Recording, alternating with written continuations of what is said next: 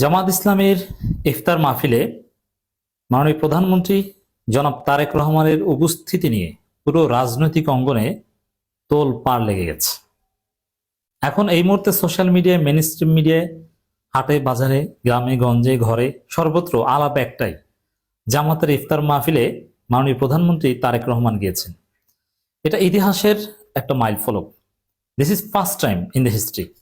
আমি এই দৃশ্য দেখে সংক্ষিপ্ত সময়ের মধ্যে একটু খোঁজাখুঁজি করার চেষ্টা করলাম, একটু গবেষণা করার চেষ্টা করলাম যে ইতিহাসে এরকম কখনো ঘটেছে কিনা যে বিরোধী দলের আয়োজিত ইফতার মাহফিলে প্রধানমন্ত্রী যোগ দিয়েছেন। না, this is first time in our history. হ্যাঁ, অতীতে জামাত ইসলামের ইফতার মাহফিলে খালেদা জিয়া গিয়েছেন, কিংবা সরকারি দলের ইফতার মাহফিলে বিরোধী দলের প্রতিনিধি গিয়েছেন, বিরোধী দলের ইফতার মাহফিলে সরকারি দলের প্রতিনিধি গিয়েছেন।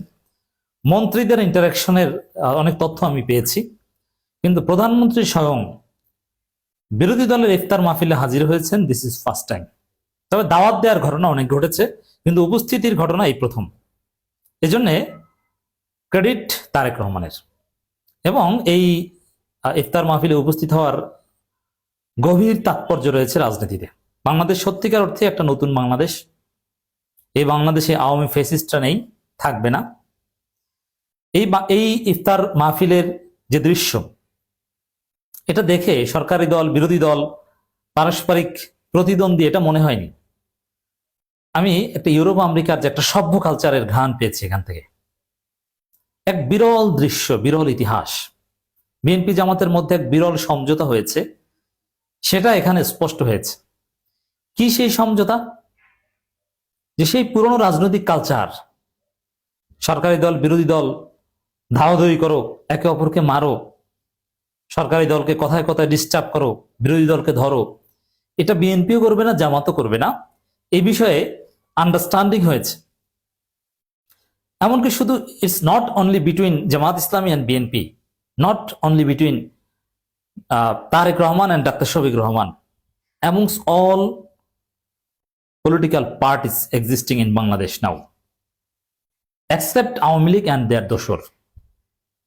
দর্শক, এখানে দেখেন, আমরা শুধু প্রধানমন্ত্রী জামাতের ইফতার মাহফিলে গিয়েছেন এটা দেখছি, অন্যদিকে এনসিপির একটা ইফতার মাহফিলে গিয়েছেন সড়ক পরিবহন মন্ত্রী রবিউল ইসলাম, যাকে এনসিপির লোকজন আল্লামা রবিউল ইসলাম চান্দাবাজি নানান ভাষায় কথা বলেন। এর মানে সমালোচনা আছে, এনসিপির বিরুদ্ধে কঠোর অবস্থান আছে এই সড়ক পরিবহন মন্ত্রী রবিউল ইসলামের, কিন্তু তিনি এনসিপির ইফতার মাহফিলে গিয়েছেন। এর মানে এই বাংলাদেশটা আর আগের বাংলাদেশ নাই, এটা নতুন বাংলাদেশ। এটা একটা সমঝোতার বাংলাদেশ। হ্যাঁ, এই সমঝোতা, এটাকে বলে সোশ্যাল কন্ট্রাক্ট, সামাজিক চুক্তি হয়েছে যে না, তার বাংলাদেশটাকে গড়ে তুলবে। এখানে এই জন্যে আমরা সরকারি দলের প্রাণ খুলে সমালোচনা করছি। বিএনপির একটা শক্তিশালী গ্রুপ আমাকে গ্রেপ্তারের দাবি জানিয়েছে। আমি বিএনপির হাইকমান্ডের সাথে আলোচনা করে যেটা দেখলাম যে না, তারা অ্যাপ্রিসিয়েট করছে এবং ওয়েলকাম করছে যে সমালোচনা যত ইচ্ছা তত করো, কোনো সমস্যা নেই। সত্যিকার অর্থে একটা নতুন বাংলাদেশ, হাজারো ব্যর্থতা।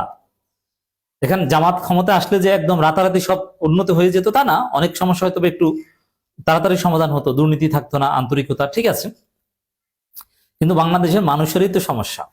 বাংলাদেশের মানুষের কালেকটিভ ডেভিয়েশন, সেই জায়গায় অবস্থার একদম কাঙ্ক্ষিত মানের উন্নতি হতে সময় লাগবে। কিন্তু আমরা যেটা দেখছি সত্যি অসাধারণ। জনাব তারেক রহমান জামাতের ইফতার মাহফিলে গিয়েছেন এবং ডাক্তার শফিকুর রহমান বিএনপির ইফতার মাহফিলে যাবেন। এই দৃশ্য দেখে পুরো বাংলাদেশের মাঠ পর্যায়ের বিএনপি জামাত নেতাকর্মীদের মধ্যে একটা আনন্দের বন্যা, এবং তাদের মধ্যে যে বিভেদ, যে দূরত্ব, এটা অর্ধেক কমে গেছে শুধু এই ছবি দেখে। ইউনিয়ন পর্যায়ে, একদম উপজেলা জেলা পর্যায়ে বিএনপির ইফতার মাহফিলে এখন জামাতকে দাওয়াত দিবে, জামাতের ইফতার মাহফিলে এখন বিএনপিকে দাওয়াত দিবে, এবং বিভিন্ন প্রোগ্রামে বিএনপির প্রোগ্রামে জামাতকে দাওয়াত দিবে, জামাতের প্রোগ্রামে বিএনপিকে দাওয়াত দিবে। এই দৃশ্য এখন থেকে শুরু হবে, এবং তারেক রহমান শফিকুর রহমান এই দৃশ্যের সূচনা করলেন। এটা যদি করতে পারে, ডেফিনেটলি বিএনপি অনেক ভুল করবে এবং করছে, সমালোচনা হবে, কিন্তু সরকার পতন করো, রাজপথে নামো, একদম উল্টে ফেলো না, এটা হবে না। সত্যিকার অর্থেই বিরোধী দলের সহযোগিতা পাবে, কোঅপারেশন পাবে সরকারি দল। অতএব এই বিরল দৃশ্য শুধু একটা ইফতার মাহফিলের মধ্যে সীমাবদ্ধ নয়, এটা রাজনৈতিক সংস্কৃতির একটা পরিবর্তন, এটা সরকারি দল বিরোধী দলের সংজ্ঞার পরিবর্তন, এটা নতুন বাংলাদেশের প্রমাণ, এটা বিএনপি জামাতের মধ্যে একটা সমঝোতার স্পষ্ট প্রমাণ, সোশ্যাল কন্ট্রাক্ট। বিএনপি জামাত এনসিপিও এখানে আছে।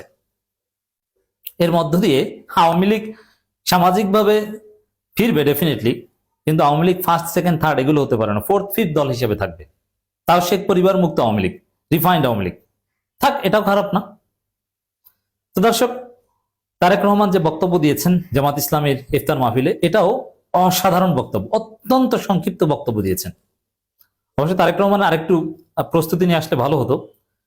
দলের নাম, দলের নেতাদের নাম তিনি উপস্থিত বা মুখস্থ বক্তব্য দেন, এটা ঠিক আছে, কিন্তু মুখস্থ বক্তব্য দিলেও মানে লিখিত বক্তব্য দেন না নর্মালি, সরাসরি বক্তব্য দিলেও আগে গাড়িতে বসে প্র্যাকটিস করা আছে, অথবা কি বলবেন এটা সাজানো আছে, আমরা তো জানি, আমরা তো বক্তব্য দিই। তো এই জন্যে তারেক রহমান আরেকটু প্রস্তুতি থাকলে ভালো হতো, যেমন কিছু কথা এটা থাকলে ভালো হতো। যেমন জামাত ইসলামের নামটা সুন্দরভাবে উচ্চারণ করতে পারেননি, বাংলাদেশ জামাতে ইসলাম না, বাংলাদেশ জামাতে ইসলামী, তো এটা বলা উচিত নাম্বার ওয়ান। দ্বিতীয় হচ্ছে জামাতের আমির ডাক্তার শফিকুর রহমান, নায়েবে আমির, মানে এই উচ্চারণটাও এগুলো যথাযথভাবে বলতে পারেনি, গুলিয়ে ফেলেছেন। এগুলো একজন স্মার্ট, তারেক রহমান কিন্তু স্মার্ট প্রাইম মিনিস্টার। আমরা ইন্টারবাস বলি আর যাই বলি না কেন, তিনি কিন্তু সুপার স্মার্ট প্রাইম মিনিস্টার। আমি ভেবেছিলাম যে তার ইংরেজিতে লেকিংস আছে, কিন্তু না, অত্যন্ত চমৎকার ইংরেজি বলেন এবং সুপার স্মার্ট প্রাইম মিনিস্টার, কোনো সন্দেহ নেই। I must appreciate it. সমালোচনা করব, কিন্তু তিনি চলন বলনে ভাবে চেহারায় একদম ইউরোপ আমেরিকার ইয়াং প্রাইম মিনিস্টারদের মতো একটা ছাপ লক্ষ্য করছি। তো এই জন্য একটু প্রস্তুতি নিলে আরো ভালো হবে মনে হয়। তো এখানে তারেক রহমান যে বক্তব্য দিয়েছেন, সে বক্তব্যের মধ্য দিয়েও একটা নতুন বাংলাদেশের বার্তা প্রতিচ্ছবি দেখা যায়। সেখানে স্পষ্টতই যে রাজনৈতিক দলগুলোর দিকে মানুষ তাকিয়ে আছে, দেশ গড়তে হবে, ভেদাভেদ ভুলে যেতে হবে, ঐক্যবদ্ধ বাংলাদেশ এবং ত্যাগের কথা এমন ভাবে তারেক রহমান বক্তব্য দিয়েছেন, মনে হয় যেন সেই বিএনপি জামাত যখন জোট ছিল, জোটের মিত্র হিসাবে যখন একদল আরেক দল ইফতার মাহফিলে যেত, তখনকার যেরকম কথা বলতো তারেক রহমান অনেকটা এরকম কথা বলেছেন। ত্যাগের যে ইতিহাস, এই গণতন্ত্রের উত্তরণের জন্য যে এত ত্যাগ, মানে বিএনপি জামাত যৌথভাবে সফল হয়েছে, বিজয়ী হয়েছে। এই নির্বাচনে বিএনপি জিতেছে, জামাতও জিতেছে, কেউ হারেনি, এটাই বাস্তবতা। হেরেছে ফেসিবাদ, হেরেছে ষড়যন্ত্রকারীরা, বিএনপি জামাত জিতে গিয়েছে। তারেক রহমানের বক্তব্যে ঠিক এরকম একটা প্রতিচ্ছবি ছিল। তো আমার মনে হয় মাঠ পর্যায়ে বিএনপির যারা সন্ত্রাস করে, চাঁদাবাজি করে, এদেরকে দমন করতে পারলে বাংলাদেশ তার মঞ্জিলে মকসুদে যাচ্ছে।